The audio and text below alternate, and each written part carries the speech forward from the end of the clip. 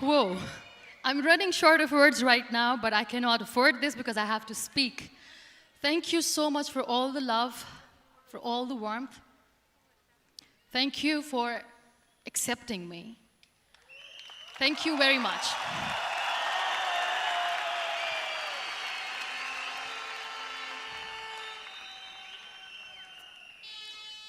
Well, I always start my talk with a disclaimer. And that disclaimer is that I've never claimed to be a motivational speaker. Yes, I do speak, but I feel more like a storyteller because wherever I go, I share a story with everyone. Well, it is a story of a woman whose perfectly imperfect life made her who and what she is today.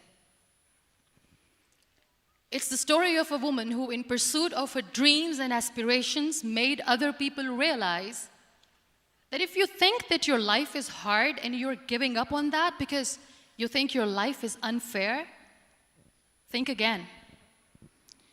Because when you think that way, you are being unfair to your own self. It's the story of a woman who made people realize that sometimes problems are not too big. We are too small because we cannot handle them.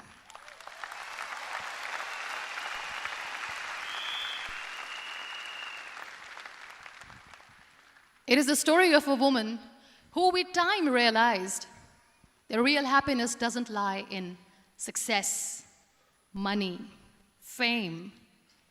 It lies within. Real happiness lies in gratitude. So I am here, and I'm going to share the story of that woman. That is my story. The story of gratitude.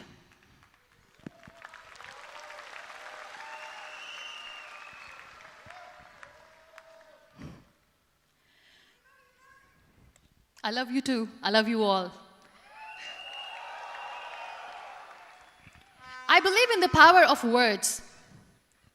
Many people speak before they think. But I know the value of words. The words can make you, break you, they can heal your soul, they can damage you forever. So I always try to use the positive words in my life wherever I go. They call it adversity, I call it opportunity. They call it weakness, I call it strength. They call me disabled, I call myself differently abled. They see my disability. They see my disability, I see my ability. There are some incidents that happen in your life, and those incidents are so strong that they change your DNA. Those incidents or accidents are so strong that they break you physically. They deform your body, but they transform your soul.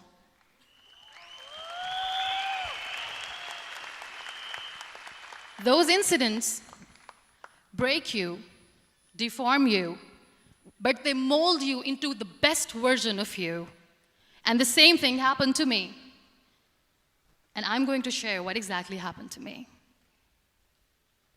I was 18 years old when I got married. And this thing I'm sharing for the very first time on an international level. I was 18 years old when I got married. I belonged to a very conservative family, a Baloch family, where good daughters never say no to their parents. My father wanted me to get married. And all I said was, if that makes you happy, I'll say yes. And of course, it was never a happy marriage.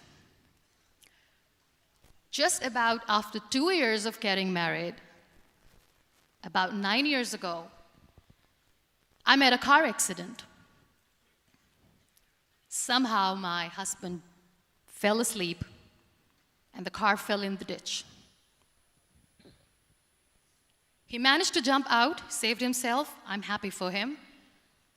But I stayed inside the car and I sustained a lot of injuries. The list is a bit long. Don't get scared.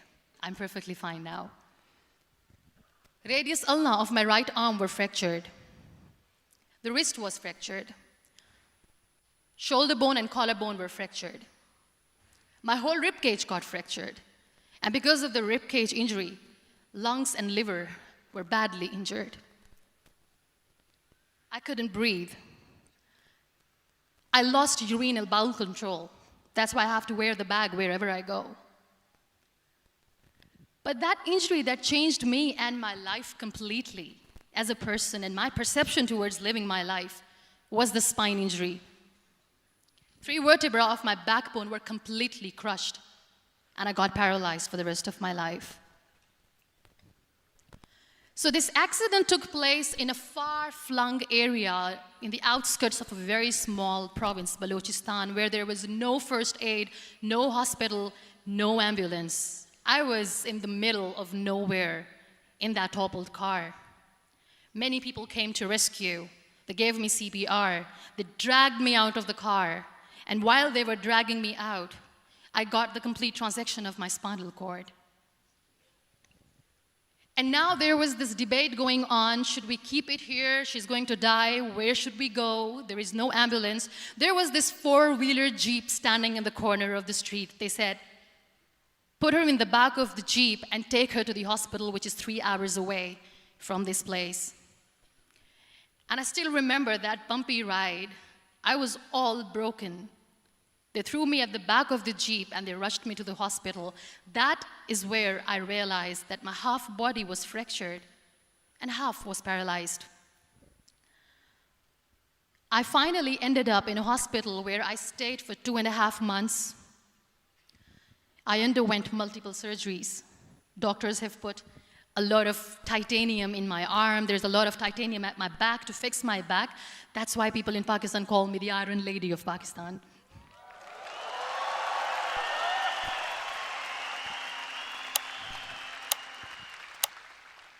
Sometimes I wonder how easy it is for me to describe all this all over again. And somebody has rightly said that when you share your story and it doesn't make you cry, that means you have healed.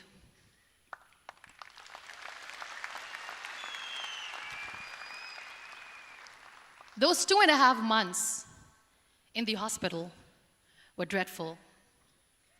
I will not make up stories just to inspire you. I was at the verge of despair.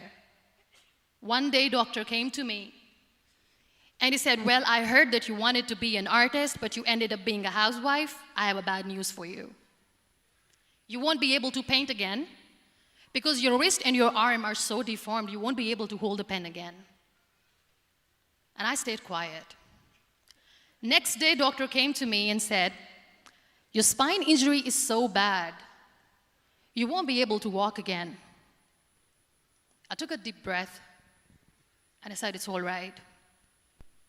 The very next day, doctor came to me and said, because of your spine injury and the fixation that you have in your back, you won't be able to give birth to a child again.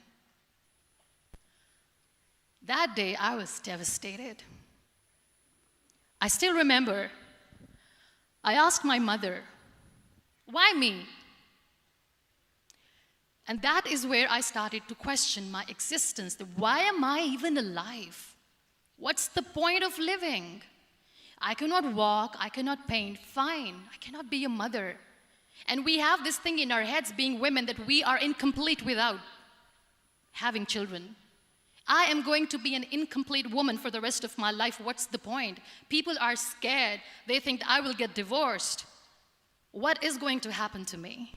Why me? Why am I alive? We all try to chase this tunnel. We all do this because we see light in the end of the tunnel, which keeps us going. My dear friends, in my situation, there was a tunnel that I had to roll on, but there was no light. And that is where I realized that the words have the power to heal the soul. My mother said to me, this too shall pass. God has a greater plan for you. I don't know what it is, but He surely has.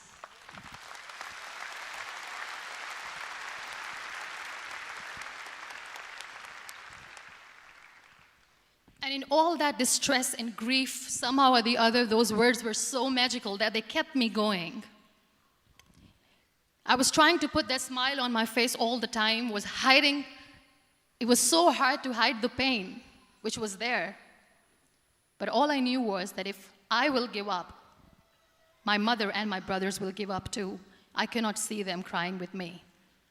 So what kept me going was, one day I asked my brothers, I know I have a deformed hand, but I'm tired of looking at these white walls in the hospital and wearing these white scrubs.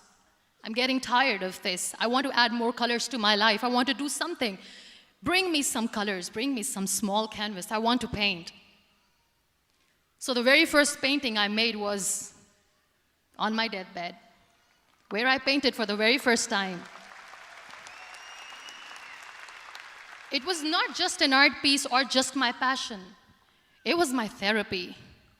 What an amazing therapy it was. Without uttering a single word, I could paint my heart out. I could share my story. People used to come and say, what lovely painting, so much color. Nobody could see the grief in it. Only I could. So that's how I spent 2.5 months in my hospital, crying, never complaining or whining, but painting. And then I was discharged, and I went back home. And I went back home, and I realized that I have developed a lot of pressure ulcers on my back and on my hip bone. I was unable to sit.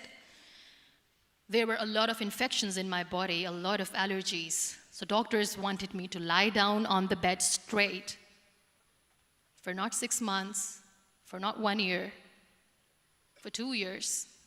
I was bedridden, confined in that one room, looking outside the window, listening to the birds chirping, and thinking maybe there will be a time when we'll be going out with the family and enjoying the nature.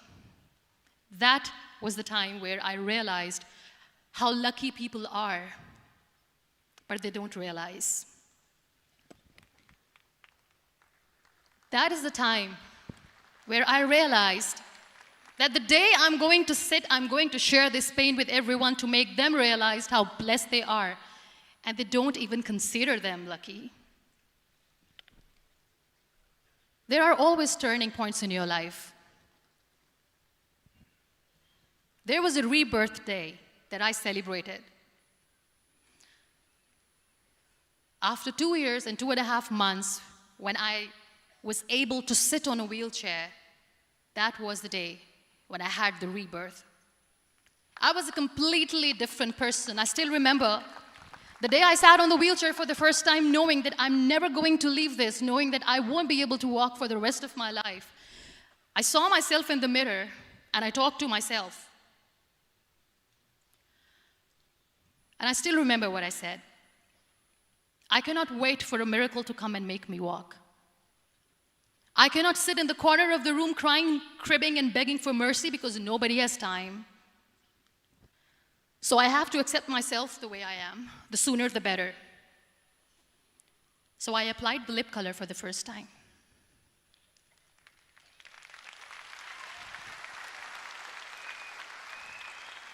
And I erased it. And I cried. And I said, what am I doing? A person on a wheelchair should not do this. What will people say? Clean it up. Put it again. This time I put it for myself. Because I wanted to feel perfect from within.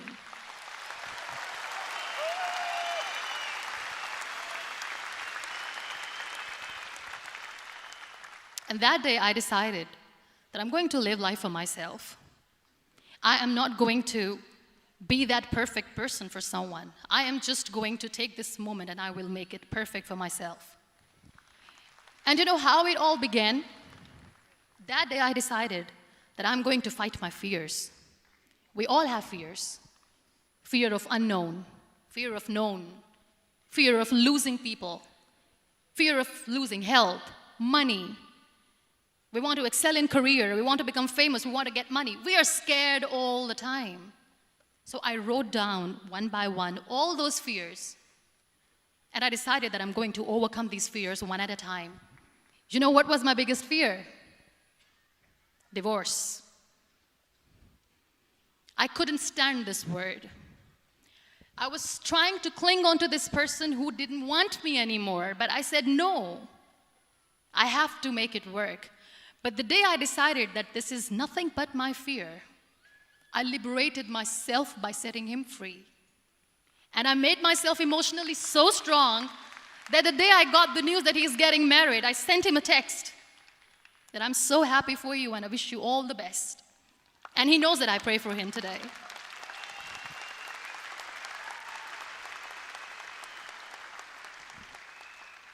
My biggest fear, number 2, was I won't be able to be a mother again. And that was quite devastating for me. But then I realized there are so many children in the world, all they want is acceptance. So there is no point of crying, just go and adopt one. And that's what I did.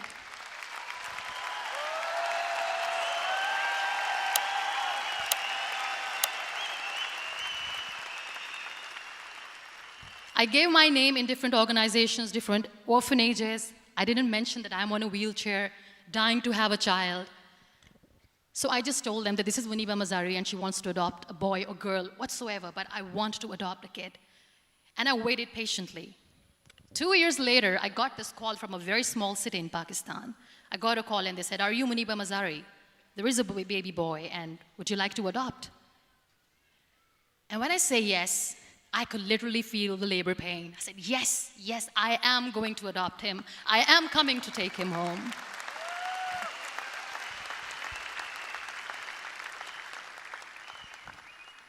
And when I reached there, the man was sitting and he was looking at me from head to toe. And in back of my head, I kept thinking that, oh my God, he is going to say she's on the wheelchair, she doesn't deserve it. How is she going to take care of him? And I looked at him and I said, "Do not judge me because I'm on the wheelchair." But you know what he said? He said, "I know you will be the best mother of this child. You both are lucky to have each other."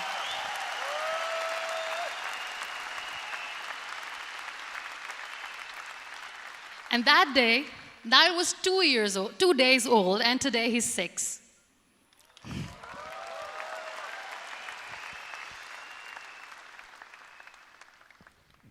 You'll be surprised to know another bigger fear that I had in me. It was facing people. I used to hide myself from people. When I was on bed for 2 years, I used to keep the door closed. I used to pretend that I'm not going to meet anyone, tell them that I'm sleeping. You know why? Because I couldn't stand that sympathy that they had for me. They used to treat me like a patient. When I used to smile, they used to look at me and say that, "You're smiling, are you okay?" I was tired of this question being asked, "Are you sick?" Well, a lady yesterday at the airport asked me, "Are you sick?" And I said, "Well, besides the spinal cord injury, I'm fine, I guess."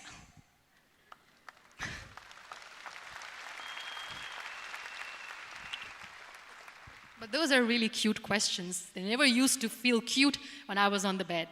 So I used to hide myself from people, knowing that, oh my God, I'm not going to see that sympathy in their eyes. It's all right. And today I'm here speaking to all these amazing people because I have overcome the fear.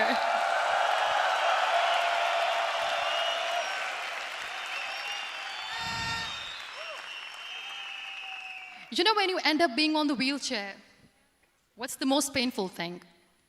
That's another fear that people on the wheelchair or the people who are differently abled have in their hearts, but they never share. I'll share that with you. The lack of acceptance. People think that they will not be accepted by the people because we, in the world of perfect people, are imperfects. So I decided that instead of starting an NGO for disability awareness, which I know will not help anyone, I started to appear more in public. I started to paint. I always wanted to. I have done a lot of exhibitions. I'm Pakistan's first wheelchair-bound artist. I have done a lot of modeling campaigns, different campaigns for brands like Tony and Guy.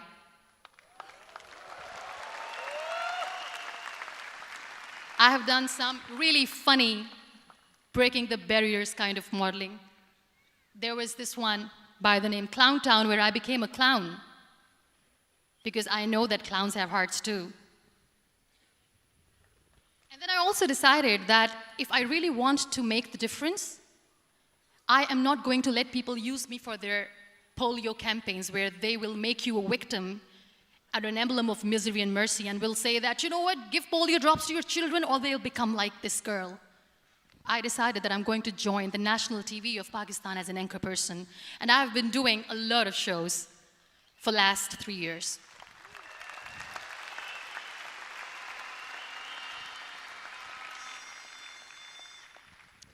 So when you accept yourself the way you are, the world recognizes you. It all starts from within. Thank you. I became the National Goodwill Ambassador for UN Women Pakistan, and now I speak for the rights of women, children. We talk about inclusion, diversity, gender equality, which is a must. I was featured in BBC 100 Women for 2015. I'm one of the Forbes 30 under 30 for 2016. And it all didn't happen alone. You all are thriving in your careers. You have bigger dreams and aspirations in life. Always remember one thing. On the road to success, there is always we, not me. Do not think that you alone can achieve things. No. There is always another person who is standing behind you, maybe not coming on the forefront, but behind you, praying for you and supporting you. Never lose that person. Never.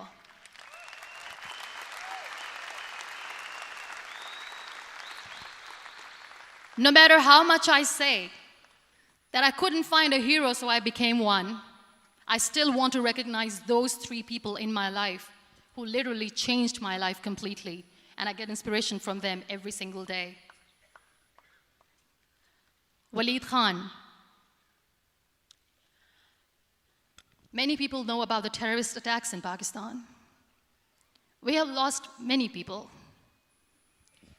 And I'm sharing this with a very heavy heart because we actually have lost a lot of people in this huge turmoil of terrorism.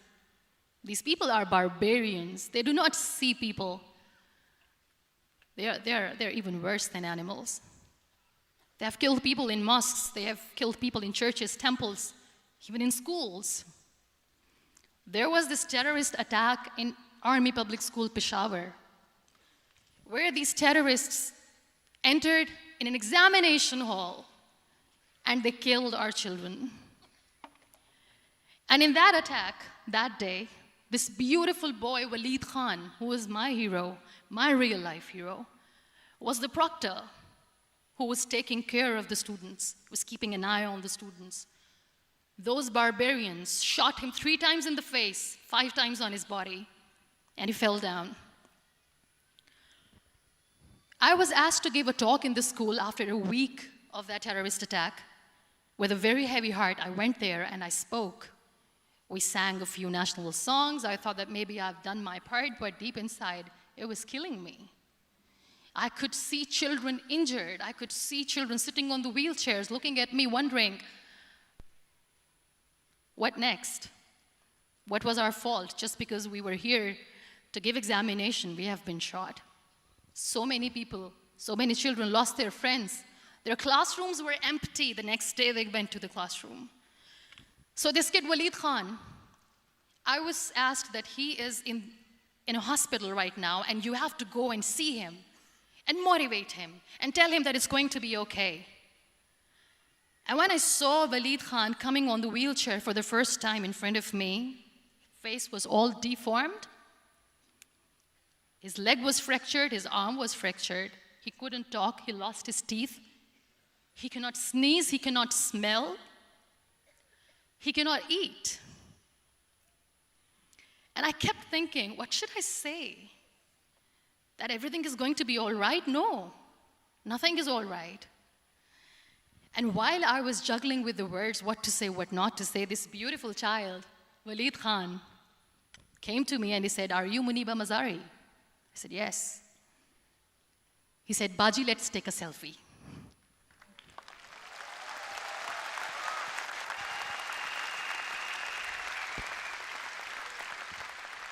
And with that beautiful, toothless smile of Waleed Khan, we took that beautiful selfie that I still have with me.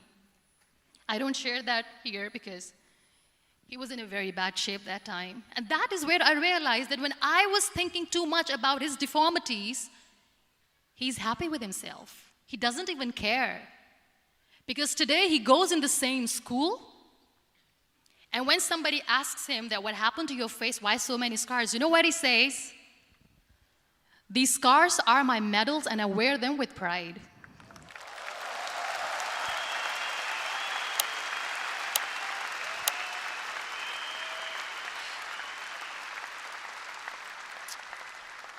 And how beautifully he says the terrorists wanted me not to study. I am going to study. I will become a doctor one day.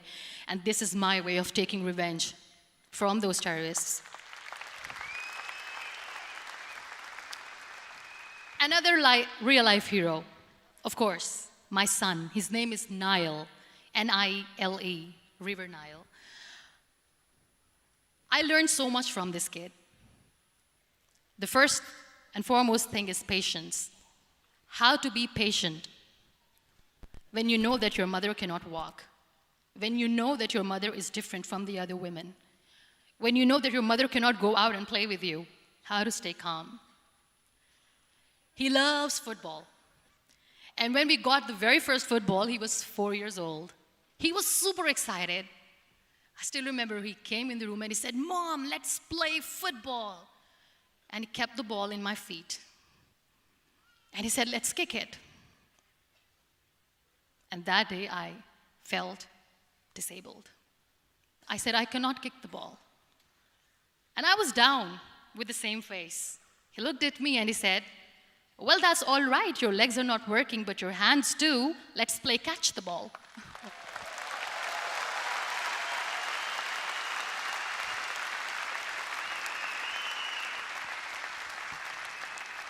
You know what? That day he made me realize that when you think your glass is half empty, come on, your glass is half full. It's all in here and here. Last but not least, the woman who made me realize that heroes have no gender. The woman who believed in me even when I was completely at the verge of despair, where everybody left, she was there. And every time I looked at her, without saying anything, she used to look at me and said, "This too shall pass. God has a bigger plan. And one day you will say that, oh my God, that is why God has chosen me." She never cried in front of me. She has always said that there will be haters, there will be naysayers, there will be disbelievers, and then there will be you proving them wrong. My mother.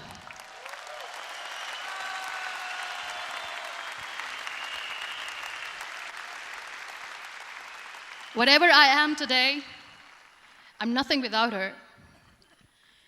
I'm nothing without her. Thank you, Mama. I wish you were here. Thank you for making me who I am today.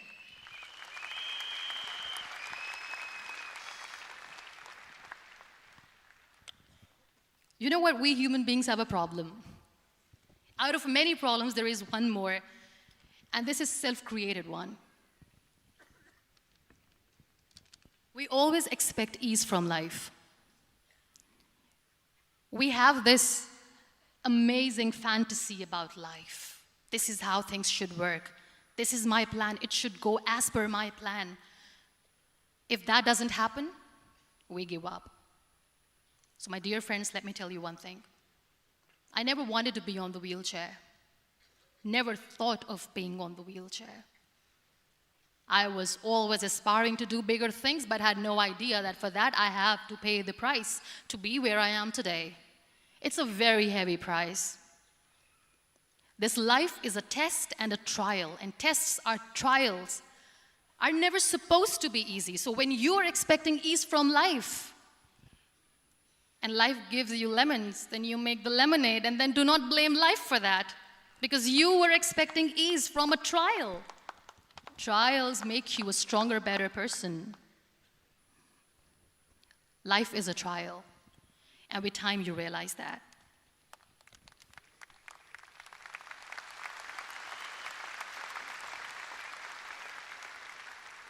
It is okay to be scared. It is okay to cry. Everything is okay, but giving up should not be an option.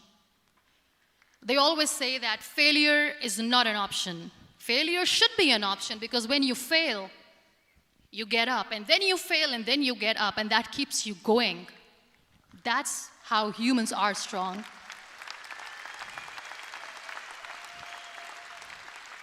Failure is an option, should be an option, but giving up is not. Never.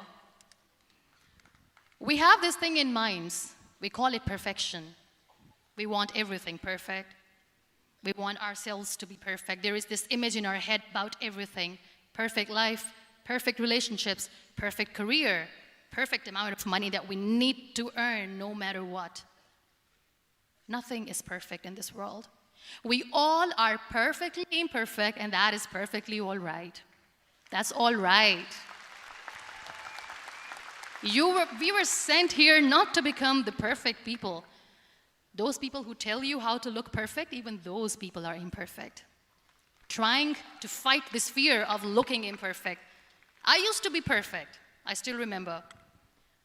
I got this compliment years ago when I used to walk. Oh my God, look at you. You're fair, you're tall, you're perfect. Look at me now. You're still perfect. Only the perfect eyes can see that. Only the perfect eyes will see that. Only the perfect eyes will see that. So yes, in all those imperfections, you have to listen to your heart. You don't have to look good for people. You don't have to be perfect just because other people want you to be perfect. If your soul is perfect from within, that's all right. This is all what you want. This is all what you need to be. Our society has made very weird kind of norms to look perfect and great. For men, it's different. For women, it's different. We think too much about what people say. We listen to ourselves too little. You know what makes you perfect? When you make someone smile. You know what makes you perfect? When you try to do something good for the people around you. You know what makes you perfect? When you feel someone's pain. And how beautiful pain is that it connects you with people. No other medium can connect you with others but pain. That's why I always say that I'm in pain, and that's a blessing in disguise for me. Today, just because I'm in pain and I'm on the wheelchair, I work for children. Being the head of CSR for a company, we conduct medical camps in far-flung areas of Pakistan where so many kids die because they don't have medical facilities. And I personally believe just because they cannot afford to live doesn't mean we'll let them die. So we give them money, we give them medical treatment, we try to heal their wounds, physical and emotional. And I also work for the beautiful people, we call them third gender, the transgender community of Pakistan. You know what connects me with them? All my imperfections. When I go and I hug them, they never judge me. And this very good friend of mine, her name is Bijli. Bijli means electricity. She calls herself electricity. And I said, are you electricity? She says, no, I'm lightning. I'm as strong as lightning. Because we have very bad power outage, so she doesn't want me to call her electricity. So she says, I am very strong. I'm thunder, I'm lightning. She came to me, and the first time I hugged her, she said, you are just like me. And I said, yes, I am like you. Because to people, we are so imperfect. So how beautiful these imperfections are, that because of these imperfections, you can connect with people. Then why are we all running after being perfect? What's the point?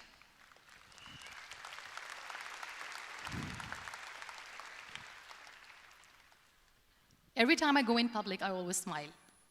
It's always a big toothy smile on my face, and people ask me, don't you get tired of smiling all the time? What's the secret? I always say one thing, that I have stopped worrying about the things that I have lost, the people that I have lost. Things and people who were meant to be with me are with me. And sometimes, somebody's absence makes you a better person. Cherish their absence. It's always a blessing in disguise. I always say that people are so lucky they don't even realize. You must be thinking, okay, you're lucky in what sense? Well, the breath that you just took was a blessing. Embrace it.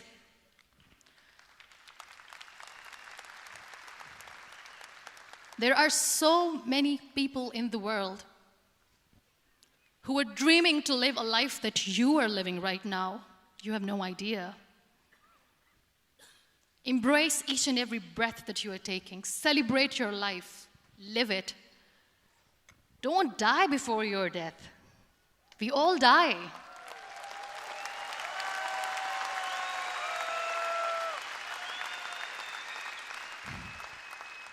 We live this one routine of a day for 75 years and we call it life. No, that's not life.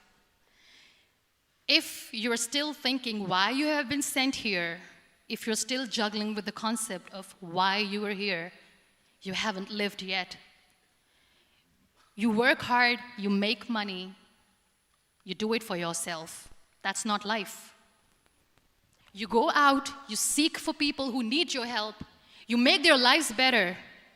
You become that sponge which can absorb all the negativity, and you become that person who can emit beautiful, positive vibes. And when you realize that you have changed someone's life, and because of you, this person didn't give up, that is the day when you live. Always.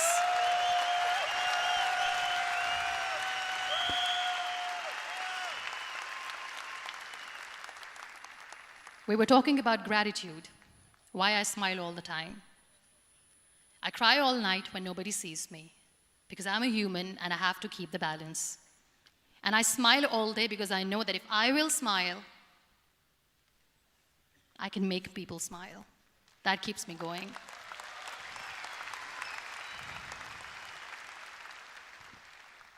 Be grateful for what you have, and you will always, always end up having more. But if you'll cry and if you'll crib for the little things that you don't have or the things that you have lost, you will never ever have enough. Sometimes we are too busy thinking about the things that we don't have that we forget to cherish the blessings that we have. I'm not saying that I'm not healthy and that makes me unlucky, but yes, it is hard. It is hard when I say that I cannot walk. It is hard to say when I wear this bag. It hurts. But I have to keep going, because never giving up is the way to live, always.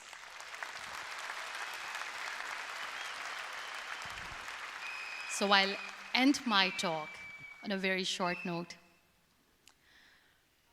Live your life fully. Accept yourself the way you are. Be kind to yourself. Be kind to yourself. I'll repeat, be kind to yourself, and only then you can be kind to others.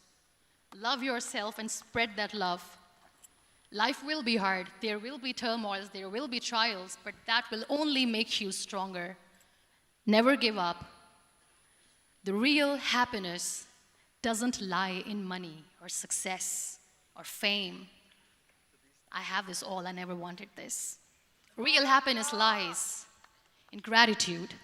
So be grateful, be alive, and live every moment. Thank you so much, everyone. Thank you. We Malaysia, Muniba Mazari.